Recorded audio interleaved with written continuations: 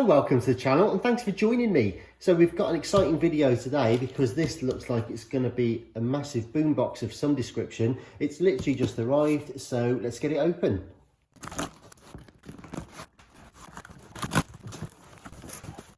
Well, it's a nice sturdy box, I'll give it that.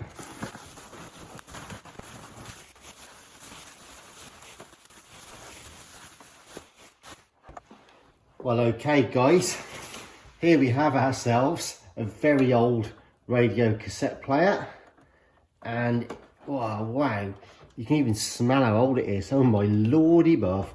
So this is a TRK8180. Now it's great to have one of these on the channel. Not very many of these about at all, and they are beasts. Now it's a shame really. I'm looking at this thinking, crikey, this really is a mess.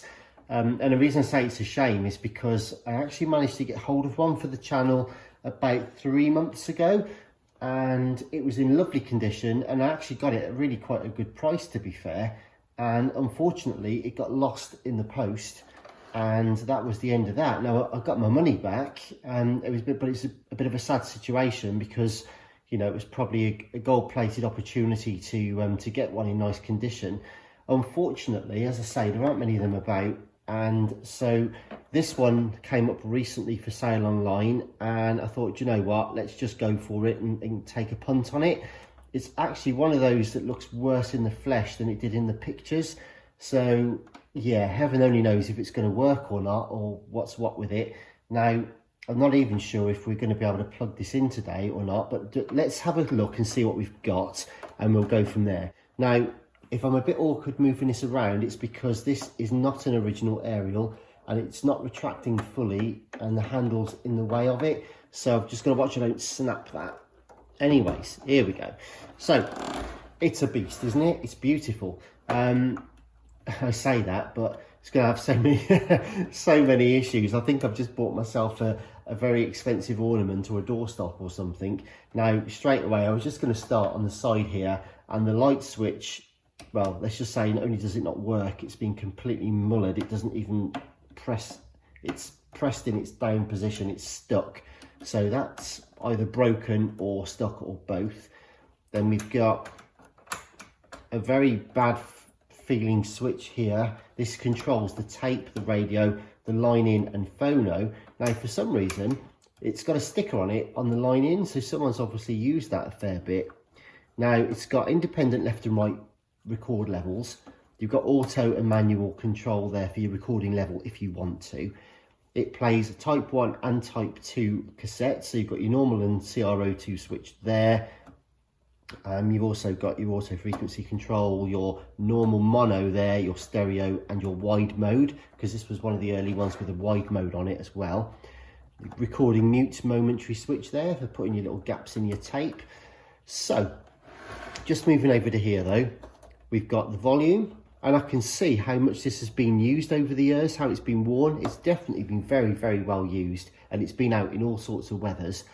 We've got treble and bass and balance just there. Now there's another sticker on there which is a bit weird. I'm not sure why someone's used that. Maybe they've got personal sort of favourite settings. It was on a weird situation here with the full treble and everything else, so whoever knows what that was. There's your 4-band radio selector switch just there. Long wave, medium, short, and oh, I was going to say FM, but it didn't want to do it. Long wave, medium wave, short wave, and sort of FM.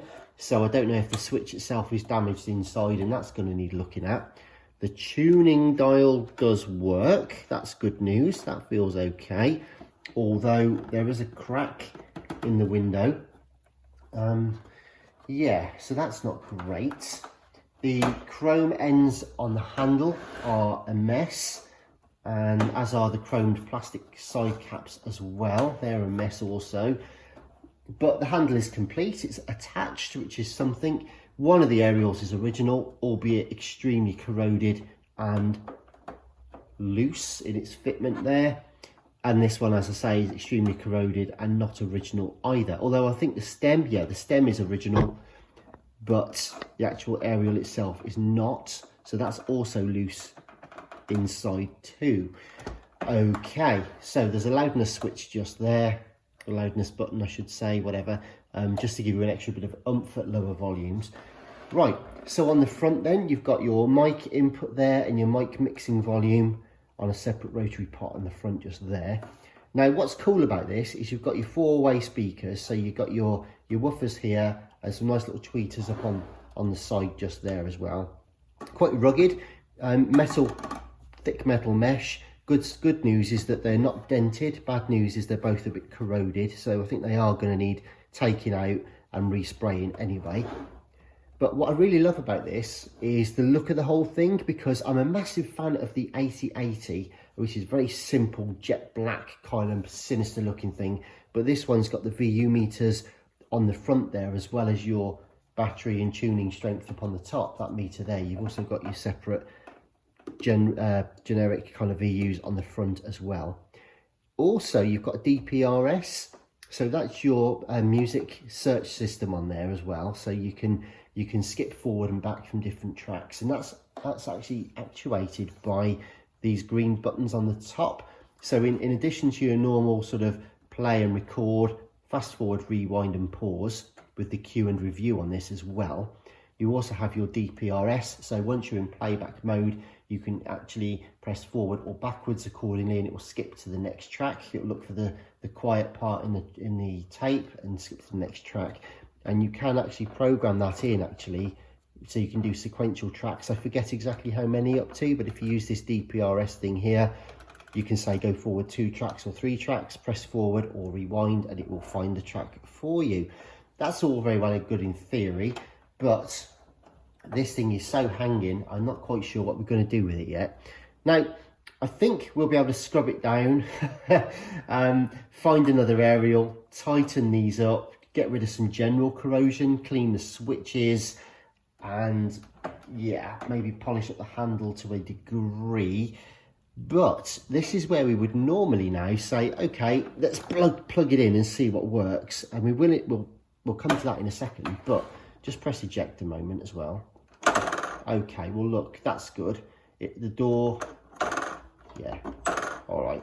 Okay, well it opened, but it won't it won't close, and you'll see the stop eject is still pressed down. I think this mechanism is still, yeah, it's still completely, it's gummed up. I can see the lever inside, I can feel it's sticky.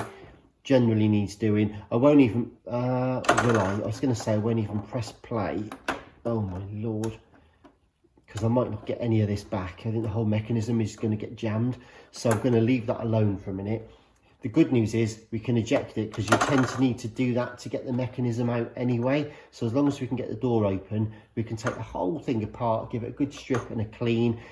I might be a bit ambitious by saying we're going to give it a belt change and everything else, because I'm not sure if this is complete landfill or not yet. No, I'm sure it's not. I say it's all right, God, it's all right. I'm only teasing. Yeah, we'll always do something with these, but quite how much we can restore it, I don't know. Now, this is where we get onto the fun bit. When I just unbox this, because I've literally just seen this with you guys for the first time, but yeah, I don't know what's going on here. Look at the state of this. So it was on, interestingly, do you know I said there was a sticker on the front that said line in, and it kind of been always left on that. Now, weirdly, in here are numerous cables. There's a couple of fairly heavy gauge wires just here, and there's a multi-core cable. Now, it's a four core and earth. So I'm wondering, I don't think that's been used for power. I think that's been permanently hooked up to the line in. Why they wouldn't use the record playback DIN, I don't know. But someone's drilled some holes in the back case here and fed some sort of multi-core cable through there and wired that up internally, one would assume. So I really don't know what's going on with that and what the situation is. So it's anybody's guess, really. Yeah, do you know what? I'm going to be very naughty now. I'm going to be very naughty. I'm going to split these cores right out of the way of each other, so nothing's going to get it's all good. We've got circuit breakers, RCDs and fire extinguishers and everything else. So as long as I stay away from this. Right, let's plug it in just to see what on earth happens. You never know, she might surprise us yet. So I think there's normally a mains master switch on these as well. Maybe that's just on the 8080. Right, okay, well I've plugged it into the mains, he says hesitantly. So let's put this onto radio and let's see, volume. Okay. Yeah, that switch is just no good at all. Right, so what have we got here? I really don't think we're going to get any joy. There's nothing. There isn't a pop of a capacitor or a flash on the VU meter or no lights. Gosh. This is an absolute basket case. Very handsome basket case, I've got to say.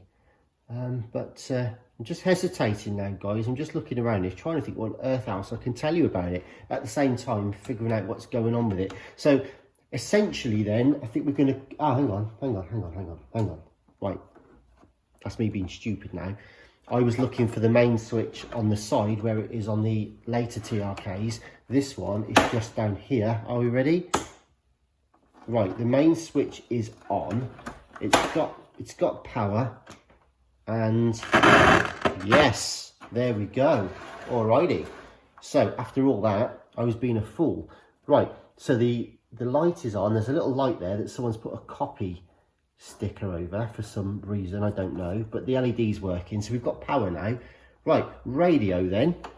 Oh, and there goes the aerial. Oh dear, I said these things needed doing, didn't I? Right, okay, let's see if we can find something on here. Right,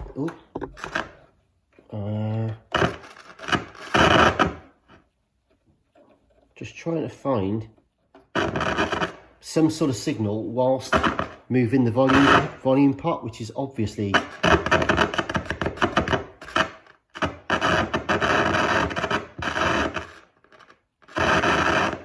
I was hoping I was going to find the magic spot there where I could actually get some volume and tune it in at the same time.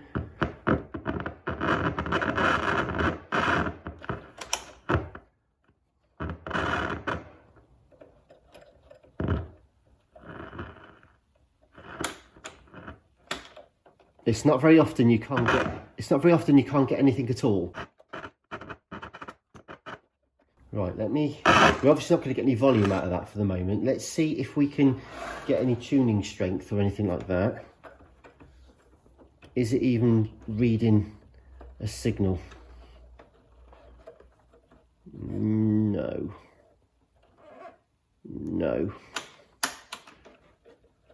Right, okay. Tape. Ah, it might be on tape. 1, 2. Oh, this switch is just so bad. It's hard to tell. It's hard to tell which position it should even be in. Right, that's tape. That's radio, I think. That's FM. Yeah.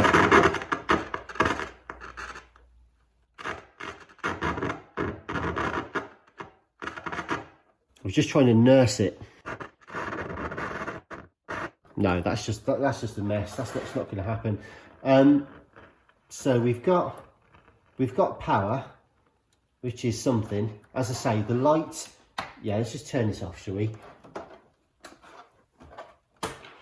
Okay, so starting in no particular order, we've got crusty, horrible chrome work. I mean, you can barely listen to this.